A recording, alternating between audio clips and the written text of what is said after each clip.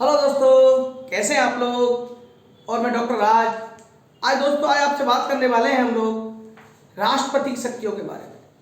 हम पिछली क्लास में बात कर रहे थे राष्ट्रपति की आपातकालीन शक्तियां। आज हम बात कर रहे हैं दोस्तों राष्ट्रपति की शांतिकालीन शक्तियां। जैसा कि हम पिछली क्लास में बता चुके हैं, राष्ट्रपति की जो आपातकालीन शक्ति थी, नंबर 2 हम पढ़ रहे हैं शांतिकालीन शक्तियां, जिसमें कि इस शांतिकालीन शक्तियों में राष्ट्रपति के पास बहुत पावर है। वैसे हम राष्ट्रपति को रबर स्टैंप कहते हैं, लेकिन वास्तविकता में देखें तो राष्ट्रपति के पास बहुत सारी शक्तियां हैं। पहली शक्ति है कार्यपालिका शक्ति। तो कार्यपालक शक्ति में भी कई शक्तियां निहित हैं। देखो, एक आर्टिकल कहता है 53, जो हम पहले पढ़ चुके हैं इस आर्टिकल को। आर्टिकल कहता है कि राष्ट्रपति, आर्टिकल 53 क्या कहता है, राष्ट्रपति के अंदर सारी कार्यपालक शक्ति निहित होगी। 53 क्या कहता है, राष्ट्रपति के अंतर्गत सारी कार्यपालक शक्ति निहित होगी। वह अपने इस कर्तव्यों का निर्वहन स्वयं या अपने अधीनस्थों द्वारा कराएगा, अधीनस्थ प्राधिकारियों द्वारा करेगा। दोस्तों, स्वयं या अधीनस्थ प्राधिकारियों द्वारा करेगा। तो अधीनस्थ प्राधिकारी कौन होते हैं, आप जानते हैं। अधीनस्थ प्राधिकारी और कोई नहीं होगा, सिर्फ और सिर्फ केंद्रीय मंत्रिमंडल होगी। अधीनस्थ प्राधिकारी की जो बात आती है, शब्द आता है, अधीनस्थ प्राधिकारी कौन होगा, तो अधीनस्थ प्राधिकारी होगा केंद्रीय मंत्रिमंडल। क्लियर। उसी के आधार पर, और दूसरी बात, भारत सरकार के कार्यपालिका के संबंधी जो कृत्य होते हैं वो दोस्तों राष्ट्रपति के नाम से किए जाते हैं। करे कोई, लेकिन राष्ट्रपति की सिग्नेचर आवश्यक होते हैं। तो कार्यपालिका संबंधी जिस तरह कार्य होते हैं वो राष्ट्रपति के नाम से ही किए जाते हैं। और दोस्तों, यहां तक कि राष्ट्रपति को संघ के मामले में सूचना प्राप्त करने का भी अधिकार है। यानी राष्ट्रपति कार्यपालिका शक्ति इतनी पावर है कि प्रधानमंत्री से या मंत्रिमंडल से उस संबंधित सूचना प्राप्त कर सकता है कि भाई क्या घटना थी, क्या बात थी, बताइए। राष्ट्रपति को पावर दी गई है, ठीक है। लेकिन वैसे रबर स्टैंप है, कुछ नहीं कर सकते। सूचना प्राप्त करने का अधिकार दिया गया है कार्यपालिका शक्ति में। क्लियर। देखिए, अगली है आर्टिकल 78। दोस्तों, आर्टिकल 78 क्या कहता है, देखिए। आर्टिकल 78 कहता है कि प्रधानमंत्री का यह कर्तव्य है, क्या कर्तव्य है, कि राष्ट्रपति के सभी कार्यों को, राष्ट्रपति के जितने मंत्रिपरिषद कार्य होते हैं वो राष्ट्रपति को सूचित करे, या तो सूचित करे जितने कर्तव्यों का निर्वहन करता है, कार्य करता है, जितनी सूचनाओं का आदान प्रदान करता है और प्रशासन संबंधी क्रियाकलापों को देखता है। उसके अलावा अगर नहीं भी करता है तो एक सिस्टम है कि राष्ट्रपति चाहे तो सूचना प्राप्त कर सकता है। राष्ट्रपति किसकी सूचना, जो कर्तव्य करते हैं, प्रशासन संबंधी क्रियाकलाप प्रधानमंत्री द्वारा, मंत्रिमंडल द्वारा किए जाते हैं, उसकी सूचना राष्ट्रपति प्राप्त कर सकता है। ये आर्टिकल 70 में क्लियर कहा गया है। सूचना मांग सकता है। क्या हुआ भाई, बताइए। और अगला है दोस्तों आर्टिकल 74, जिसमें कि आप जानते हैं कि कार्यपालिका शक्ति 53 में कहा गया कि कार्यपालिका शक्ति राष्ट्रपति में होती है, लेकिन राष्ट्रपति अपने कार्यों का निर्वहन स्वयं न करके अधीनस्थ द्वारा कराता है। लेकिन वो अधीनस्थ कौन होता है, मंत्रिपरिषद निहित होगी। राष्ट्रपति के कर्तव्यों का निर्वहन करने के लिए एक मंत्रिपरिषद होगी। उस मंत्रिपरिषद का प्रधान प्रधानमंत्री होगा। मंत्रिपरिषद का प्रधान कौन होगा, प्रधानमंत्री होगा। ये आप अच्छे से जानते हैं। और सलाह देने के लिए, मंत्रिपरिषद को सलाह देने के लिए राष्ट्रपति को क्या होगा, एक मंत्रिपरिषद होगी जिसकी प्रधान कौन होगा, प्रधानमंत्री होगा दोस्तों। और राष्ट्रपति के अंदर एक पावर और दी गई है। राष्ट्रपति प्रधानमंत्री सहित कई अधिकारियों को, मंत्रियों को क्या कर सकता है, शपथ दिलवाता है, नियुक्त करता है। देखिए, इसमें कौन कौन होते हैं, राष्ट्रपति के द्वारा ही ये लोग नियुक्त किए जाते हैं। देखिए, संघ के केंद्रीय मंत्री, प्रधानमंत्री यानी केंद्रीय मंत्रिमंडल के व्यक्ति, राज्यों के राज्यपाल, सुप्रीम कोर्ट के जज, हाई कोर्ट के जज, आप चाहे तो नोट करते जाइए, अटॉर्नी जनरल महान्यायवादी, सीएजी नियंत्रक भाले का परीक्षक, ये सब उसमें नियुक्त करता है कौन? राष्ट्रपति। और देखिए संघ लोक सेवा आयोग के सदस्य, संघ लोक सेवा आयोग के सदस्य और अध्यक्ष, चुनाव आयोग है ना। और देखिए एक अल्पसंख्यक आयोग बनाया, उसके अध्यक्ष सदस्य, मानवाधिकार आयोग के अध्यक्ष सदस्य, महिला आयोग के अध्यक्ष सदस्य, SC/ST आयोग के अध्यक्ष सदस्य। और दोस्तों संघ राज्य क्षेत्रों के जो प्रशासक होते हैं, जो एलजी बोलते हैं, वो भी कौन करता है? राष्ट्रपति नियुक्त करता है। समझ में आ गई बात आपके? तो ये कार्यपालिका शक्तियाँ होती है। इन सभी शक्तियों को दोस्तों हम कभी डिटेल में विधायिका में भी पढ़ेंगे कुछ चीज़ों को, लेकिन आप ये समझने की कोशिश करिए। राष्ट्रपति के पास आर्टिकल 53, आर्टिकल 78, आर्टिकल 74 तीन शक्तियाँ दी गई। इसमें राष्ट्रपति को क्या कहा गया? अधीनस्थ करेगा। यहाँ प्रधानमंत्री होगी मंत्रिपरिषद का हेड, और प्रधानमंत्री के अलावा राष्ट्रपति किन किन लोगों को क्या करता है? नियुक्त करता है। इसमें नियंत्रक लेखा महापरीक्षक, सब मैंने आपको बताया, ये नियुक्त करता है। 78 क्या कहता है कि जो कार्य राष्ट्रपति द्वारा प्रशासनिक कार्य किए जाते हैं, उन कार्यों को सूचना राष्ट्रपति मांग सकता है। ये तीन बातें थी दोस्तों, क्लियर। अब अगला है राष्ट्रपति की विधायी शक्तियां। ये समझना जरूरी है। राष्ट्रपति की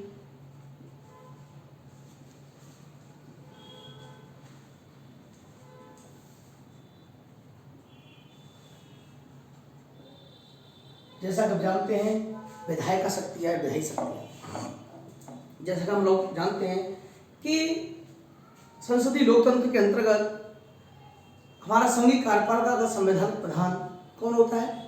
राष्ट्रपति होता है। लेकिन दोस्तों जब हम विधायिका की बात करते हैं तो तीन बातें आती हैं: राष्ट्रपति, लोकसभा और राज्यसभा। इन चीज़ों को बड़ा ध्यान से समझने की जरूरत है। इसी को हमने पढ़ाया था आपको पिछली क्लास में। हमने बात करी थी कि विधायिका क्या होती है, कार्यपालिका। हमारे पिछले आप एक क्लास में उस वीडियो को देख लीजिए आप, तीनों हमने बताया था: स्तंभ, लोकसभा, कार्यपालिका, विधायिका, न्यायपालिका, तीनों के बारे में बताया था। ये ही है राष्ट्रपति।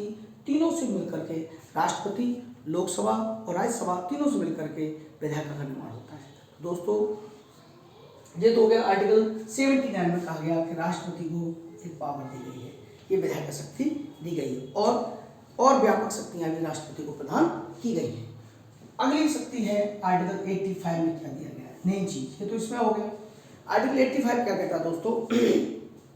राष्ट्रपति संसद का अधिवेशन बुलाता है, और संसद का अधिवेशन बुलाने को पावर दी गई, और उस संसद के अधिवेशन बुलाने के बीच में 6 माह से अधिक का अंतर नहीं होना चाहिए। ये राष्ट्रपति के से 85 में कहा गया। यानी राष्ट्रपति को अधिकार दिया गया है कि अधिवेशन बुलाना, उसे निश्चित करना या समाप्त करने का भी अधिकार है, समापन करने का।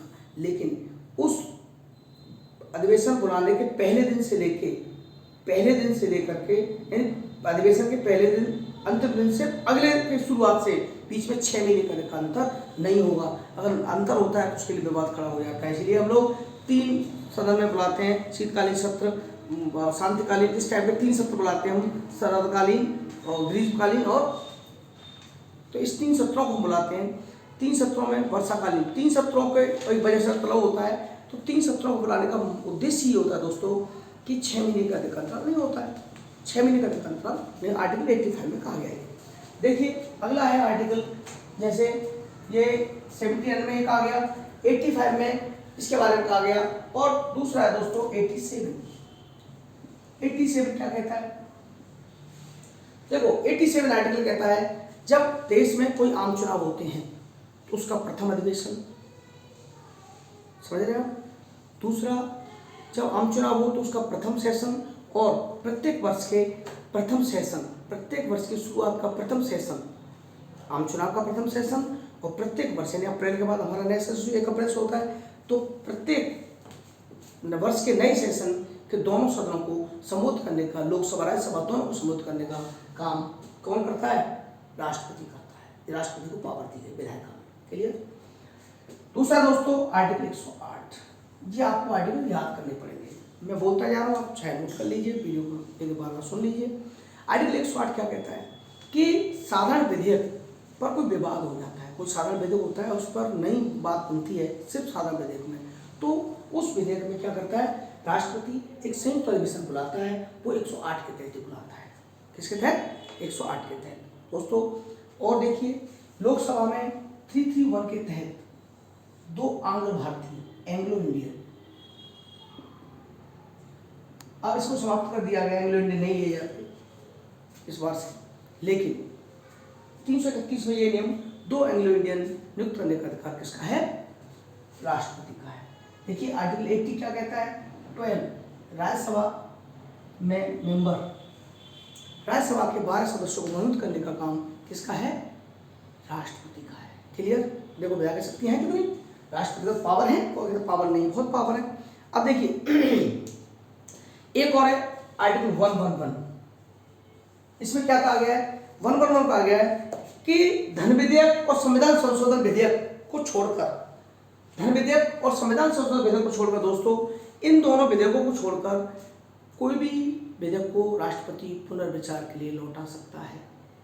धन विधेयक और संविधान संशोधन विधेयक और पुनर्विचार के लिए लौटा सकता है, और लौटाने के बाद अपना सलाह दे सकता है। उस सलाह को लोकसभा राज्यसभा माने न माने, सदन माने न माने, ये कोई ज़रूरी नहीं है, लेकिन राष्ट्रपति वो टाइम पीरियड के आधार पर अगर उसी एज इट इज़ बिल को वापस कर देते हैं बिना राष्ट्रपति की सलाह माने हुए, तो भी राष्ट्रपति को उसको सिग्नेचर करना अनिवार्य होगा। यही रबर स्टैम्प है। राष्ट्रपति की सलाह ही मान सकते हैं, बस बड़े लोग सलाह मान लेते हैं ना, सलाह मानी तो मान लीजिए, मानी नहीं वो इस टाइप का होगा। ठीक है। और दोस्तों देखिए, कुछ ऐसे विधेयक होते हैं जिनकी राष्ट्रपति पूर्व सहमति आवश्यक होती है। राष्ट्रपति को पूर्व सहमति आवश्यक होती है। कुछ ऐसे विधेयक होते हैं, वो आप जानते हैं, मैं बता देता हूँ कौन कौन से विधेयक होते हैं।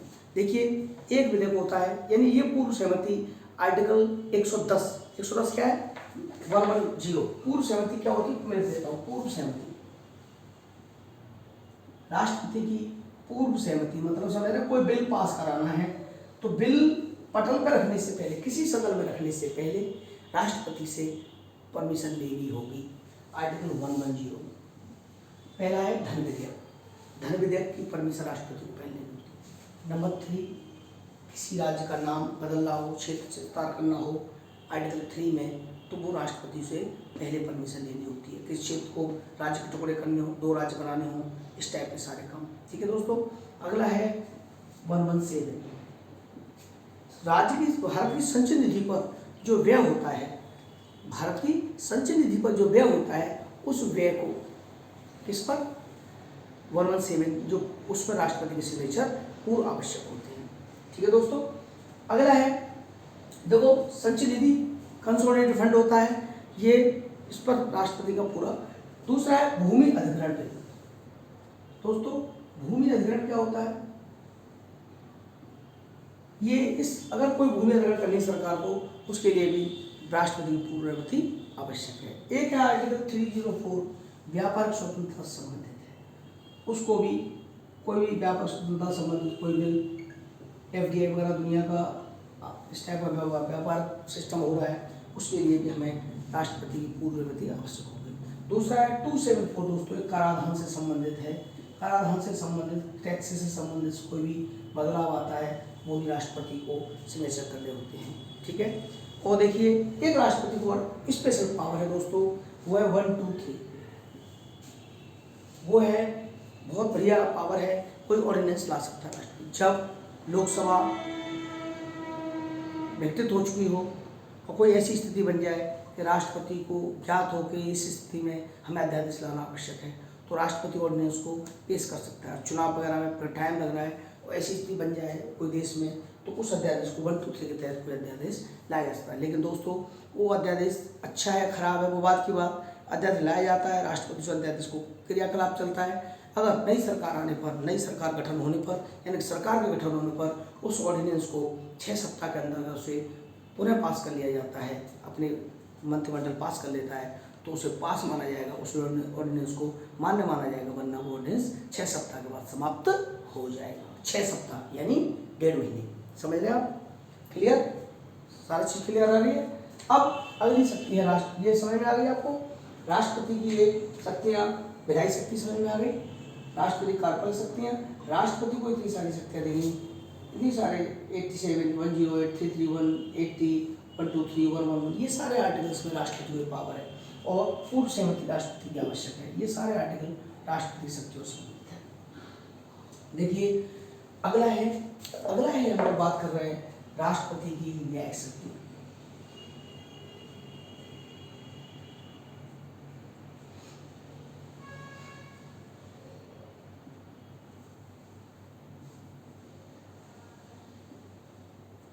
राष्ट्रपति की दोस्तों न्यायिक शक्तियाँ, राष्ट्रपति की न्यायिक शक्ति की बात करें तो देखो सीधा सीधा संविधान के आर्टिकल 50 में कहा गया कि न्यायपालिका को कार्यपालिका से पृथक रखा गया है। न्यायिक शक्तियों में सीधा सीधा कहा गया कि जो जुडिशरी पावर हैं वो अलग रखी गई हैं। न्यायपालिका को कार्यपालिका से क्या रखा गया है, प्रथम रखा गया है। और राष्ट्रपति न्याय प्रबंधन के क्षेत्र में कोई हस्तक्षेप नहीं कर सकता है। न्याय प्रबंधन के क्षेत्र में दोस्तों न्याय के जुडिशरी सिस्टम के तहत राष्ट्रपति कोई भी फिर भी राष्ट्रपति को कुछ शक्तियाँ दी गई हैं, यानी जुडिशरी के मामले में राष्ट्रपति हस्तक्षेप नहीं कर सकता। न्यायपालिका को स्वतंत्र रखा गया है इसीलिए भी, लेकिन फिर भी राष्ट्रपति को पावर दी गई, जैसे आर्टिकल 72। देखिए ये समझने की कोशिश करिए दोस्तों, ये है क्षमादान की शक्ति। क्षमादान में कौन कौन से, जैसे राष्ट्रपति क्षमादान शक्तियों के आधार पर 2-3 चीज़ों में शक्तियों को, पावर को न्यायालय द्वारा, कोर्ट द्वारा दिए गए आदेश को जैसे कर सकता है, प्रतिलंब कर सकता है, परिहार कर सकता है, विराम कर सकता है या लघुकरण कर सकता है। अब इनमें इनका बातों का अंतर देखिए, पहला है ये कर सकता है नंबर 1। अब इसमें भी 2-3 बातें दी गई। नंबर 1 दंड जो दिया गया हो वो सेना द्वारा दिया गया हो, जैसे ना कोर्ट मार्शल हो जाते हैं और भी कोई घटना घट जाती है सेना में तो उसको सैनिक को सेना न्यायालय होता है, तो सेना न्यायालय जब कोई दंड देता है तो उस दंड में कोई ऐसा दंड हो जाए कि उसके देखो कोई सैनिक है, उसके बीवी बच्चे परेशान हैं और अब वो उसने अपना जो समय है वो अच्छा गुजारा है सेना में, कोई क्या नाम है, सेना में उसका रिकॉर्ड अच्छा रहा है, कोई गलती उससे हो जाती है और उसको ज़्यादा कड़ी सज़ा दी जाती है। उस सज़ा के आधार पर राष्ट्रपति उसको देखता है, उसको राष्ट्रपति के पास अगर ज्ञापन दिया जाता है, देख उसके घर वाले पहुँचते हैं तो उस कंडीशन में राष्ट्रपति उस सज़ा को कम कर सकता है। या पारिवारिक प्रॉब्लम भी है, उस आधार पर राष्ट्रपति देख करके सारी कंडीशन और उसके फिर वो जो उसमें जो होता है, जब कोर्ट द्वारा उसको सज़ा दी जाती है तो उसमें अंदर रहता है तो उसके अंदर पर उस आधार पर देखते हैं कि इसका कार्यक्रम बढ़िया है ये, तो उस आधार पर ये लोग इसको छोड़ देते हैं। नंबर 2 है छोड़ देते मतलब कम सज़ा कम कर देते हैं। नंबर 2 एक होता है कि दंड जो है एक संघीय न्याय, संघीय विषय से संबंधित, यानी संघीय सिस्टम होता है, संघ सूची के अंतर्गत कोई विरुद्ध कोई न्याय लिया गया है, उसमें कोई दंडादेश दिया जाता है तो राष्ट्र उसको भी कम करने का पावर संघ सूची के विषय में कर सकता है, संघीय। नंबर 3 संघीय जैसे कोई देशी गद्दारी करना, फिर भी कोई गलती हो जाए, बाद में मालूम पड़े मिस्टेक हो गई, इस टाइप की बात है। और तीसरा है दंडादेश, मृत्युदंड को कम करना। मृत्युदंड कम करने की पावर भी राष्ट्रपति हुई है, यानी मृत्युदंड, किसी को मृत्युदंड है तो आजीवन कारावास बदलना, आदमी अपना जेल में अपना टाइम सही गुजार रहा है, गलती जो कुछ उससे मिस्टेक हुई उसको पश्चाताप है, शांति से गुजार रहा है तो उसको दंड को कम किया जा सकता है और आराम से उसको छोड़ दिया जा सकता है, ठीक है। और इसमें भी न्यायिक शक्तियों में दोस्तों एक है 143। आर्टिकल 143 क्या कहता है? आर्टिकल 143 कहता है दोस्तों कि सुप्रीम कोर्ट से राष्ट्रपति सलाह प्राप्त कर सकता है। किसी भी मुद्दे पर राष्ट्रपति सुप्रीम कोर्ट से सलाह ले सकता है, सलाह सूचना प्राप्त कर सकता है, उस संबंधित संविधान को संबंधित कोई परेशानी तो उससे सूचना प्राप्त कर सकता है। लेकिन राष्ट्रपति सुप्रीम कोर्ट की सलाह को माने न माने ये राष्ट्रपति की इच्छा पर निर्भर करता है दोस्तों, क्लियर। और दोस्तों देखिए 1-2 का 4 और 2-1 से 2 आर्टिकल है, इसमें सुप्रीम कोर्ट के जज की नियुक्ति, इसमें हाई कोर्ट के जज की नियुक्ति। 1-4 में सुप्रीम कोर्ट के जज की नियुक्ति का अधिकार किसको दिया गया है? राष्ट्रपति को दिया गया है। और इधर 217 में हाई कोर्ट के जज की नियुक्ति का अधिकार किसको दिया गया है? राष्ट्रपति को दिया गया है। समझने की कोशिश करिए आप। राष्ट्रपति को न्याय से संबंधित कोई भी हस्तक्षेप भी नहीं किया गया। आर्टिकल 50 कहता है कि न्यायपालिका को कार्यपालिका से पृथक रखा गया है। उसके बाद भी आर्टिकल 50 में के तहत भी, उसके बाद 72 आर्टिकल में दंड से संबंधित कोर्ट जो निर्णय लेता है उसमें भी राष्ट्रपति हस्तक्षेप कर सकता है। 143 में सीधा सीधा कहा गया कि सुप्रीम कोर्ट से सलाह ले सकता है। 124 में सुप्रीम कोर्ट जजों की नियुक्ति कौन करता है? राष्ट्रपति करता है। 217 हाई कोर्ट के जजों की नियुक्ति राष्ट्रपति द्वारा होती है।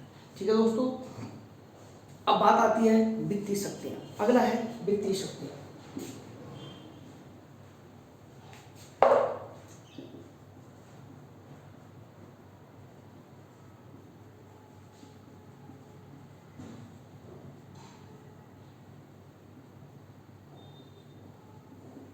दोस्तों, राष्ट्रपति की वित्तीय शक्तियां देखिए,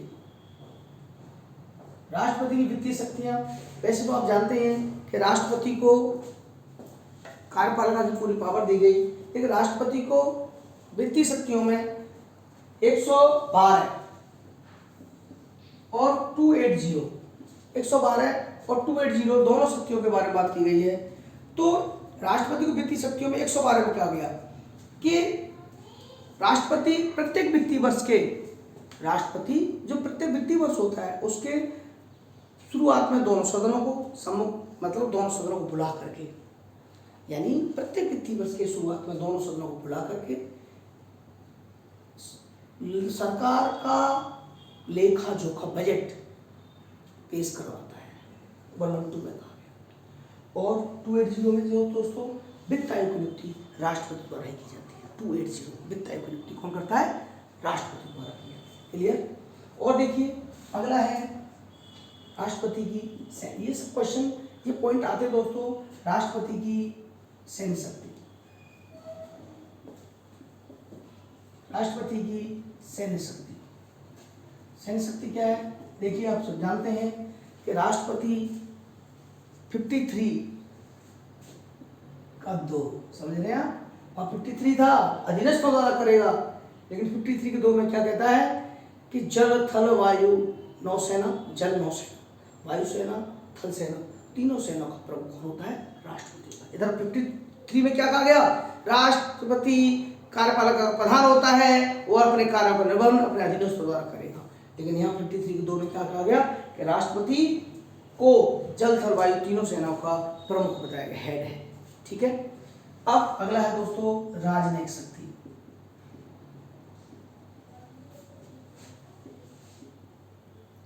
ऐसे देखें तो राष्ट्रपति के पास बहुत शक्तियां हैं, फिर भी दोस्तों मैं बताऊंगा आपको।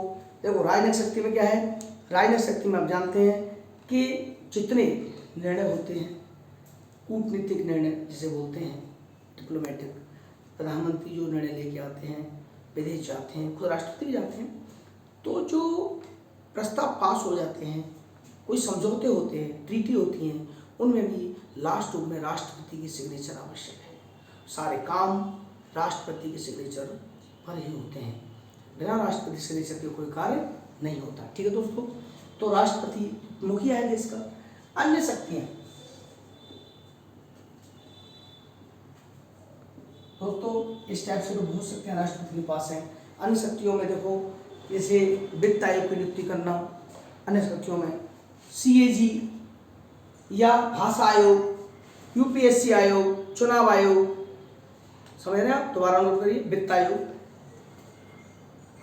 CAG, भाषा आयोग, UPSC, चुनाव आयोग की कार्रवाइयों की पूरी रिपोर्ट राष्ट्रपति रखता है अपने पास, पेश करवाता है।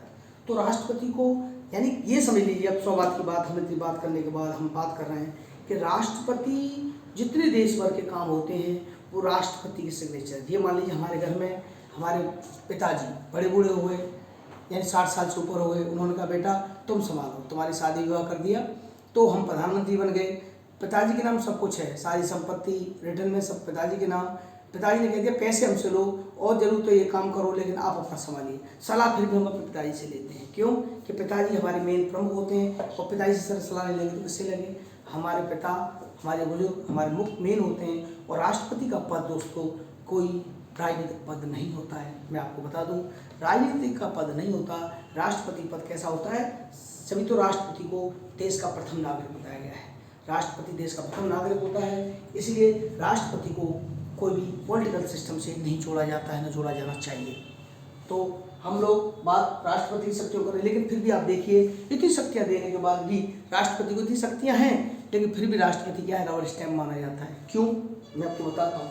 देखो, आप चाहे विधायी शक्तियों, कार्यपालक शक्ति की बात करें, शक्तियाँ हैं, कार्यपालक शक्ति दी गई, लेकिन कौन करता है उसके अंदर में काम? राष्ट्रपति पूरा काम करता है, कोई पूछता भी नहीं है। राष्ट्रपति प्रधानमंत्री खुद बता के आता है विदेश से आए साहब ये कार्रवाई हुई।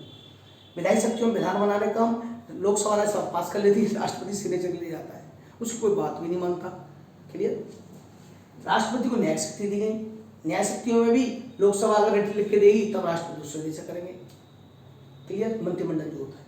वित्तीय शक्तियों की बात करें तो वित्तीय जब तीन लोगों लगा, वित्त मंत्री करता है, बजट करता है, प्रधानमंत्री सब मिलकर करते हैं, मंत्रिमंडल करता है, राष्ट्रपति से सिग्नेचर करता है, बुला के भैया आ जाओ बैठ जाओ। सैन्य शक्तियों की बात करो, तीनों को प्रधान हेड तो सब कुछ है, ये प्रधान राष्ट्रपति होता है। अब उसके बाद जब कोई लड़ाई झगड़ा हो जाता है कौन डिसीजन लेता है? पार्लियामेंट लेती है, संसद लेती है, लोकसभा लेती है, मंत्रिमंडल लेता है, लेता। राजनीतिक शक्तियों में भी डिप्लोमेटिक काम होते हैं, प्रधानमंत्री आधार पर होते हैं, विदेश मंत्री के आधार पर होते हैं, राष्ट्रपति कोई पूछता नहीं। अन्य शक्तियाँ भी हैं, तो राष्ट्रपति के नाम सारे काम होते हैं दोस्तों, लेकिन राष्ट्रपति के पास कोई पावर फिर भी नहीं है। राष्ट्रपति में एक पावर है राष्ट्रपति के पास, अगर आपको याद हो तो मैंने आपको बताया जो मेन पावर है राष्ट्रपति के पास वो है। ऐसे तो पॉकेट वीटो, तमाम वीटो पावर हैं, लेकिन राष्ट्रपति के पास मेन पावर होती है 1 2 3 ऑर्डिनेंस लाने की पावर होती है। अगर जब लोकसभा सम्मिलित न हो, है ना, जब लोकसभा उसमें न हो, उस कंडीशन में पावर में ला सकता है राष्ट्रपति। वीटो पावर में आ गई। हम विधायिका में जब हम विधायिका पढ़ेंगे, संघीय विधायिका, वहाँ पॉकेट वीटो, जेबी वीटो, सारी वीटो के बारे में पढ़ेंगे, जिसकी वीटो का प्रयोग एक बार राष्ट्रपति यानी जय सिंह ने किया भी है। तो उन चीज़ों को बाद में पढ़ेंगे दोस्तों। यहाँ तो सिर्फ राष्ट्रपति कार्यपालक शक्ति के बारे में बात कर रहे थे। राष्ट्रपति, हम संघीय कार्यपालिका पढ़ रहे हैं, तो राष्ट्र कार्यपालिका का जो हेड है राष्ट्रपति है, उसके आधार पर हमने क्या क्या भूमिका इसमें अदा की। ठीक है दोस्तों, अगली क्लास में हम बात करेंगे उपराष्ट्रपति के बारे में। दोस्तों देखिए, मैं एक बात और आपको बता दूं, मैं ये चाहता हूं आपको कि जो मेरा जो क्लास है इसको आप ध्यान से बड़े अच्छे से, मैं बहुत आपको पते की बात बता रहा हूँ, सुनने की कोशिश करिए, इस क्लास को पढ़िए। इसके साथ में कोई भी आप बुक ले लीजिए, इजी गोइंग ऑब्जेक्टिव टाइप कोई बुक ले लीजिए, पुराने टेस्ट पेपर, क्वेश्चन पेपर 10 साल के, वो आप उसके साथ लीजिए, करिए दोस्तों। पेपर का टाइम ज़्यादा नहीं है, मैं आपको एक प्लस पॉइंट बता रहा हूँ, मेरी क्लास के अलावा आप ज़्यादा टाइम नहीं है आपके पास, ज़्यादा न पढ़े मत पढ़िए। आप मेरी क्लास के बाद एक मैं तुम्हें ट्रिक बता देता हूँ, अगर माने आपकी मर्जी है, मैं एक चीज़ बता दे रहा हूँ आपको। आप मेरी जिस क्लास को, जैसे पॉलिटी क्लास चली मेरी, पॉलिटी क्लास को डेली मैं क्लास दे रहा हूँ, आपको डेली क्लास करा रहा हूँ, वो बाई मिस्टेक छुट्टी वुट्टी हो जाती है, मैं आपको डेली क्लास दे रहा हूँ। इस क्लास के बाद एक काम और करिए, इस क्लास के बाद, क्लास वर्क के बाद आप क्या करेंगे, आपको बहुत शॉर्ट ट्रिक बता रहा हूँ, सिंपल। कोई किताब नहीं पढ़ने पा रहे हैं, कोई बात नहीं, घबराइए मत, नहीं पढ़ पा रहे हैं, डोंट वरी। पीसीएस या आईएएस, एसएससी जो एग्जाम दे रहे हैं, देखो सिविल सर्विसेज के लिए भी आपको थोड़ा पढ़ना तो पड़ेगा, लेकिन पीसीएस का जो एग्जाम दे रहे हैं, आप समझ लीजिए क्लास वर्क के बाद you have to work on question papers. Question paper, old question paper, 10 साल से पुराने आए हुए क्वेश्चंस आप पढ़िएगा।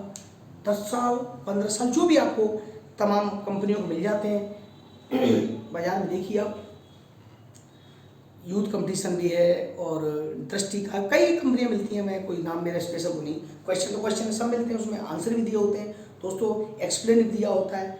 तो उन चीज़ों को आप यहाँ उनको साथ में पढ़ें, जिससे क्या होगा आपको कॉन्फिडेंस लेवल बढ़ता जाएगा। आप देखिए प्रस्तावना से लेकर के धीरे धीरे हमने कितनी क्लास आपको करा दी, तो आपका अभी समझ लीजिए ये पीक टाइम है पढ़ाई का। कार्यपालिका के बाद राष्ट्रपति, प्रधानमंत्री हो जाएंगे, उसके बाद हम विधायिका पढ़ेंगे, और विधायिका के बाद दोस्तों फिर क्या बचा, फिर तो राज्य की कार्यपालिका, राज्य की विधायिका, राज्य की पावर पढ़ेंगे, राज्य की शक्तियाँ पढ़ेंगे, और राज्य के बाद हमारे पास संघीय राज्य और चुनाव आयोग, सिंपल टॉपिक रह जाएंगे।